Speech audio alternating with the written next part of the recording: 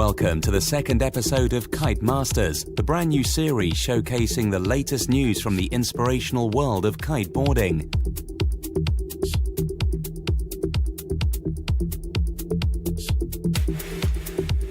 There are a myriad of different disciplines in kiteboarding, racing to freestyle, for weekend warriors and the professional riders. We check in on all of them and bring you the best roundup of action from around the world. In our launch episode of Kitemasters, we took a look at the many different divisions in kiteboarding, analysed what it takes to succeed and train to the standard required to be in contention with the world's best. This month, we now go straight into the world of full-throttle racing and check the actions across 3 different events that host 3 different disciplines. The Kiteboarding Tour Asia series hosts freestyle, course racing and twin-tip racing. We check the first 2 stages of the tour in Phuket, Thailand and in Bintan, Indonesia. We then travel away from Asia and head to South America for the South American Course Racing Championship in Colombia. We will also take a more detailed look at course racing and what the riders need to check to ensure they comply with the rules on equipment.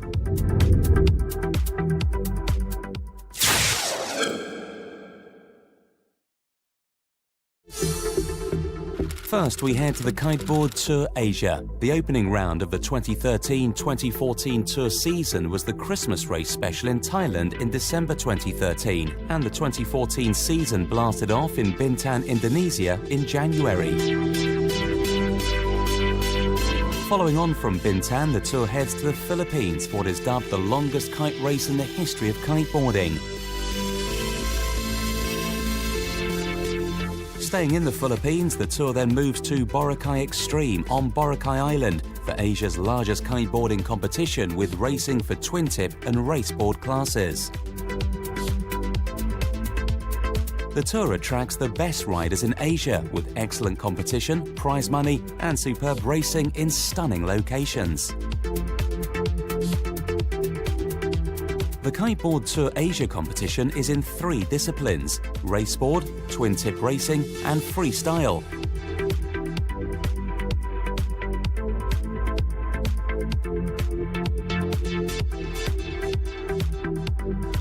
Course racing is in 2 classes or divisions, raceboard and twin-tip.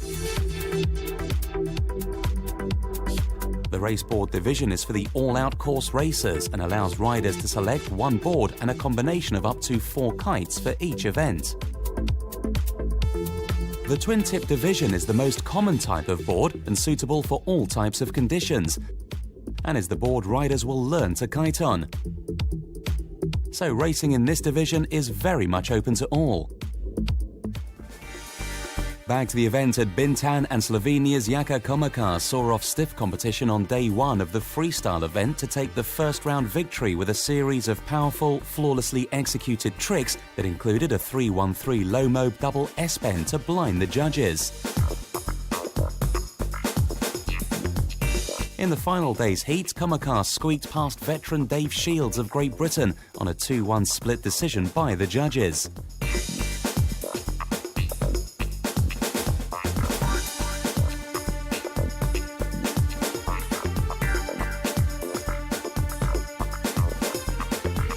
The freestyle contest went down to the wire to a super final face-off between Slovenia's Komakar and Dutch rider Dylan van der Meeg, who had battled his way back through the elimination series, landing perfect tricks. In the women's event, a similar super final saw Brazil's Estefania Rosa Santos and Dutch rider Kelly Schouten virtually match each other's 5 tricks, with the judges awarding victory to van der Meeg and Santos.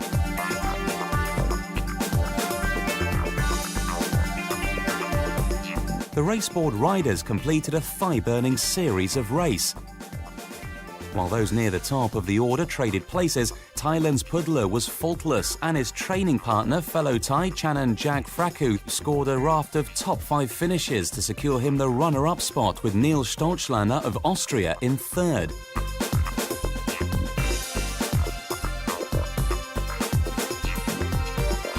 Race hard on the water, train hard ahead of the event, and party hard after are all key fundamentals in the kiteboarding world, so the inevitable boundless partying went on long into the night after the awards and prize money had been presented at the closing ceremony.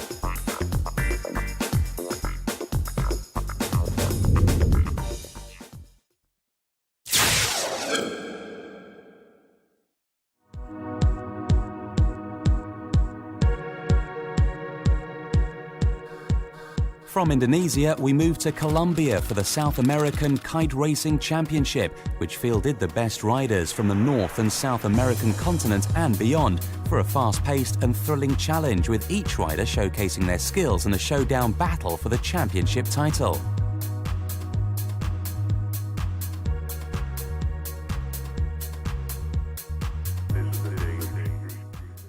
From St. Lucia. I'm from France. Vengo de Cartagena. Italy.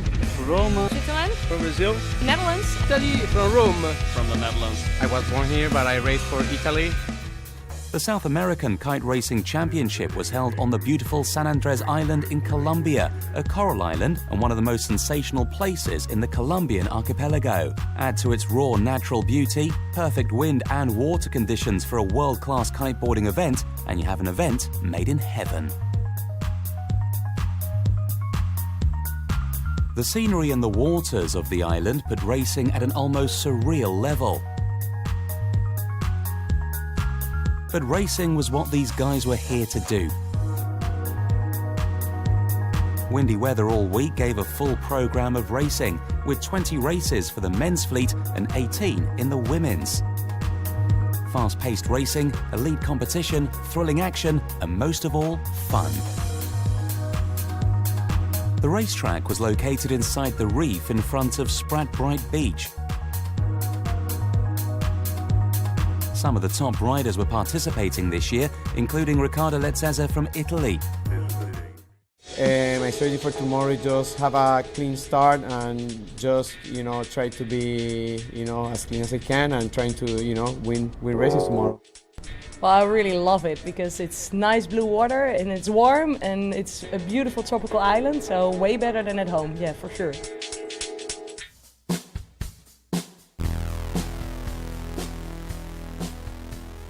An amazing performance for Lezzese, which sets a strong start to his 2014 season.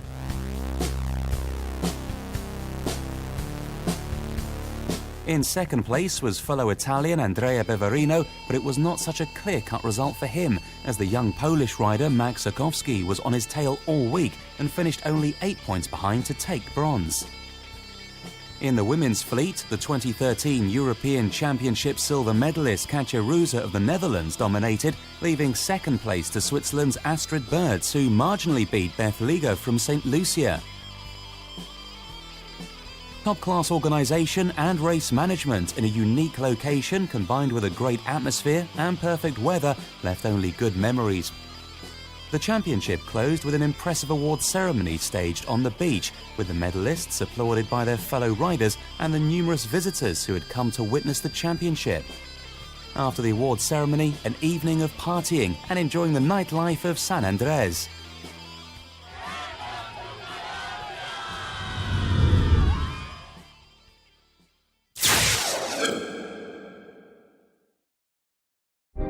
Now let's take a look at how the course racers are rewarded for delivering consistency and top performances, and how they can climb to the top of the world rankings, which will also help to increase their profile.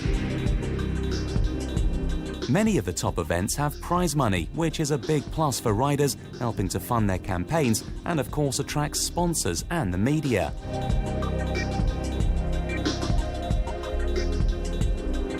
World rankings are also key for the sport and sailors, with separate world rankings for Formula Kite, Kite Foil and Twin Tip racing. Riders gain ranking points which count towards their overall world ranking. For Formula Kite racing, events are graded into 200-point, 100-point, 50-point and 20-point events, with the 200-pointers being the pinnacle event, the annual World Championships, down to the 20-pointers, which tend to be national championships, and the weekend warrior level of events. For the Formula Kite World Rankings, the points from each rider's best 6 events within the last 12 months are added together, with a limitation that only a maximum of 3 major events, being 200-pointers and 100-pointers, may be counted. For the Twin Tip Racing World Ranking, each rider's best 5 results within the last 12 months are counted, and for the Kite Foil World Ranking, each rider's best 3 results. The actual ranking position is based on the sum of ranking points, and the rider with most points is first, with separate men's and women's rankings for each discipline. In course racing, it is no surprise that at the start of 2014, Florian Gruber, the reigning world champion, led the men's Formula Kite World Rankings, with the Netherlands' Katja Ruza in charge of the women.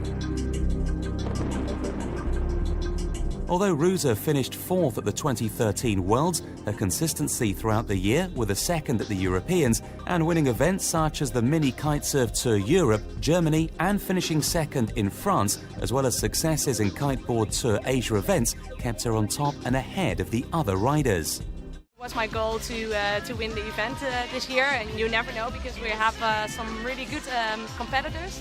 So we had some good battles with Steph and with Aga. The battle is getting stronger, so it's super cool to then eventually win. 2013 I had a great year. I won the Worlds, and yeah, that's an awesome feeling. And now I won here the Oceanics.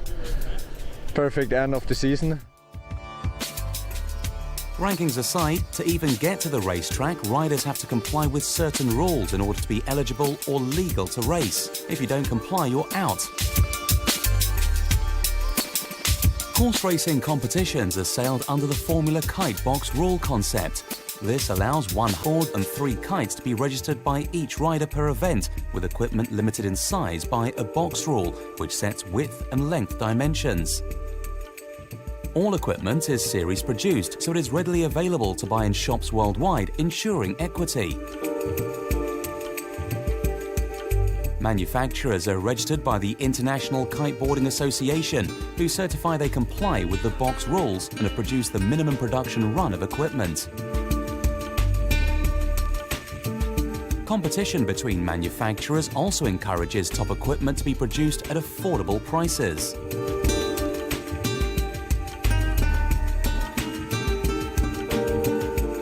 The box rule concept allows sailors of very different weight and size to compete on an equal playing field. The 3-kite limit enables riders to have a selection of kites for different wind speeds within each of the 4 kite size ranges. Kiters can choose kites and boards to suit their weight, so nobody carries an advantage. All up, the complete equipment package weighs around 20 kilograms, so easy to transport.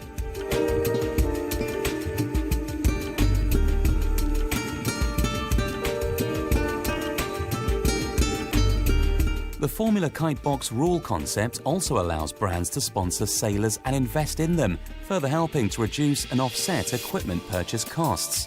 Equipment evolution is still encouraged, but as all equipment within the box rule concept must be series produced and available to all riders, there is no advantage.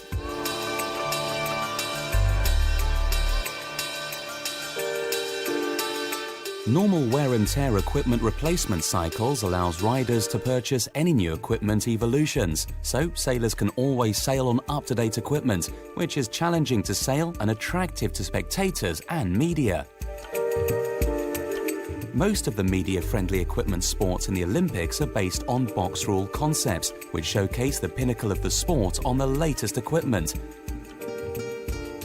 The IOC gave us a clear perspective and direction where they want us to go for 2020 to grant additional medals for kiteboarding, and that's a spectacular format, not fleet racing, something different that brings additional value to the Olympic Games, attractive to the youth, and that will be some sort of America's Cup style racing, reaching starts, short courses, knockout system, in that direction to really do something different.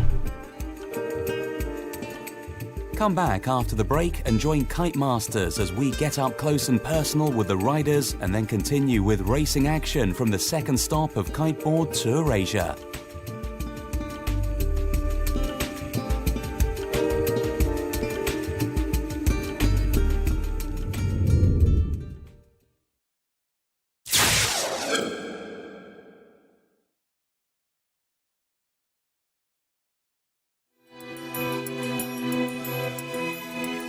Before the break, we saw the action in Indonesia and Colombia. Now it is time to get up close and personal with the riders and their very specific characteristics.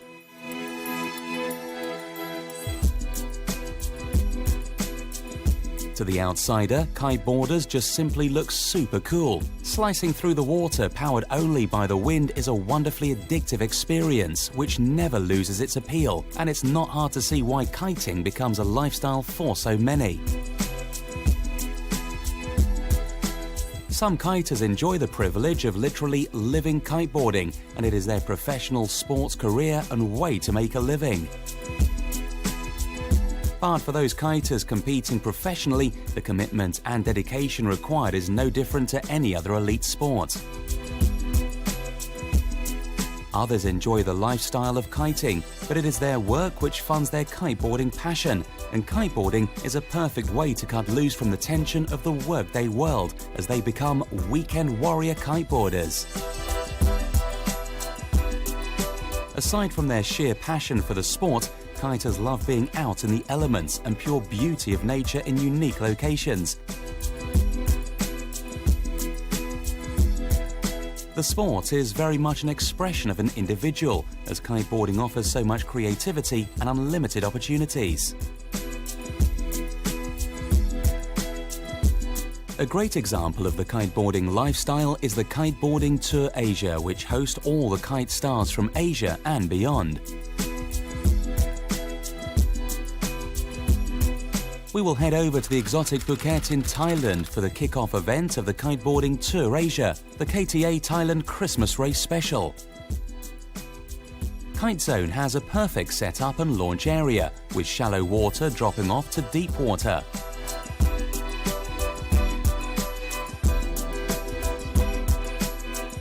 (26 to 33 degrees air temperature day or night, and an ocean temperature of a steady 28.5 degrees.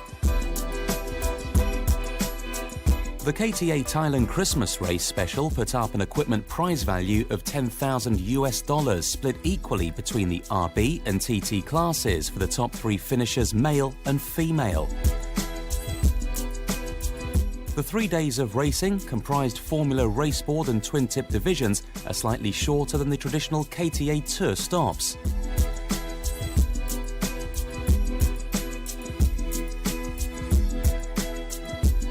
(33 riders from 12 countries registered for the event, with some opting to compete in both raceboard and twin-tip divisions, as the classes race separately.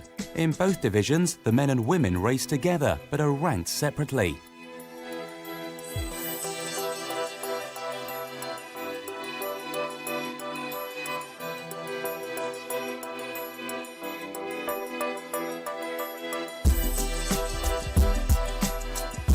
The first day of racing off Friendship Beach kicked off in high style, with the region's leading kiteboard racers fighting for position in the sheltered waters of Phuket's Chalong Bay. The wind built quickly in the early morning, hitting an average of around 15 knots by the time the class flag came down for the first of the raceboard heats. The scene bathed in clear sunshine, temperatures in the mid-30s Celsius, and clear, nearly flat waters.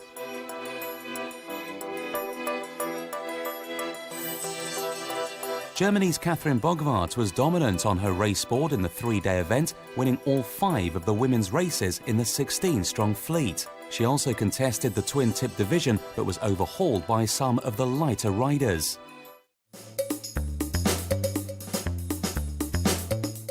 On day 2 of racing, light conditions prevailed, forcing the riders to pump their big kites. Leader positions became established, but not without some upsets along the way. Thailand offers a great opportunity for riders from different continents to come and compete with the Asian riders and enjoy excellent racing in ideal temperatures and warm waters. Well, the 2 races at the beginning were really cool. We were raced with our 13-meter kites in pretty nice conditions. Now in the afternoon, the wind is dropping down, and I think we're gonna go for one more race now. Yeah, it's a bit light wind and my board a bit small, so light wind he get more potential to go upwind more. And so next time I will bring my bigger board and we'll see.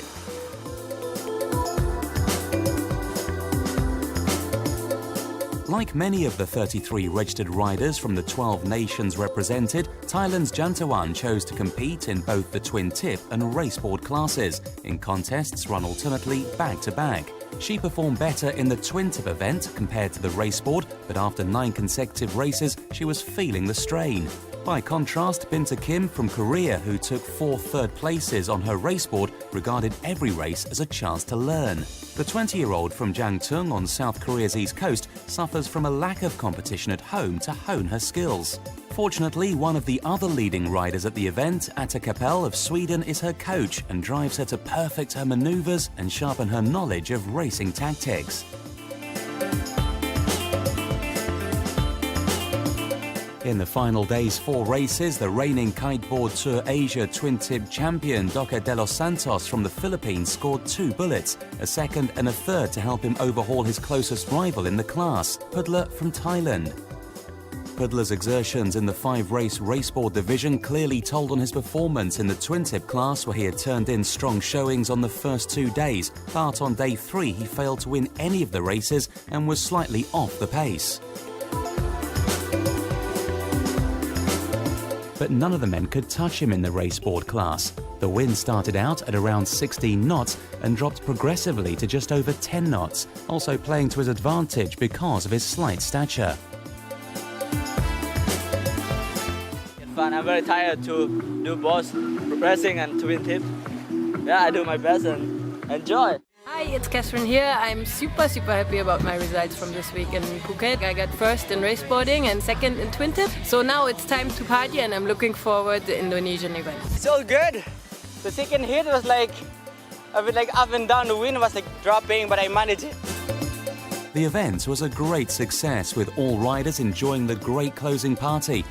These athletes know how to train hard and ensure they deliver their best performances when racing.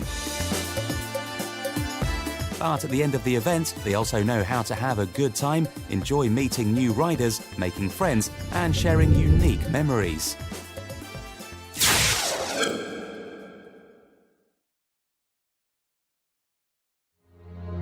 Do not miss episode 3 of Kitemasters, which will continue to bring you the latest racing and competition action from around the kiteboarding world. We will check into the Philippines, the last stop on the Kiteboard Tour Asia, an event which is now Asia's largest kiteboarding competition, with racing for twin tip and raceboard classes.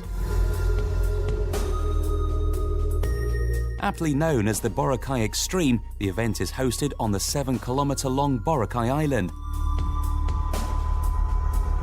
We will also take a look at the action from the Kitesurf Tour Europe, a series of events staged in Europe's iconic kiting locations. The season kicks off with the Kitesurf Tour Europe Italy on Hang Loose Beach in Gizaria, a destination made for kiting, beach life and partying.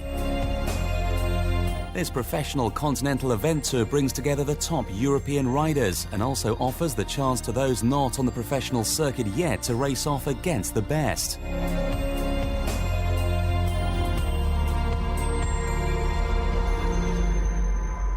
Freestyle, formula racing and twin tip racing will all be on the cards. Until next time, thanks for watching.